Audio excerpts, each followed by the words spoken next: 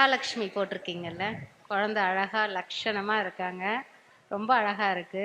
அந்த குடத்தை கொடுத்து அந்த இதுவெல்லாம் கொட்டுற மாதிரி ரொம்ப அழகா பண்ணியிருக்கீங்க. அதே மாதிரி மகாலட்சுமிக்கு அந்த நாமம், அந்த திலகம் அழகா வந்திருக்கு. இதுல ஒரே ஒரு சின்ன விஷயம்தான், எலுமிச்சம்பழம் மாலை போடக்கூடாது.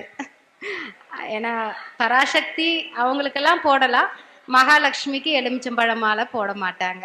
குழந்தை அழகா நடந்து வந்தாங்க, ரொம்ப அழகா இருந்தாங்க. அந்த அந்த ஒரு மாலை மட்டும்தான், அதை நீங்க பார்த்துருக்கலாம். அது மட்டும் போடாம இருந்திருந்தீங்கன்னா ரொம்ப அழகா இருக்கும். அப்படியே அந்த பார்கடல்ல அந்த அம்மா நடந்து வர மாதிரி இருந்தது குழந்தை.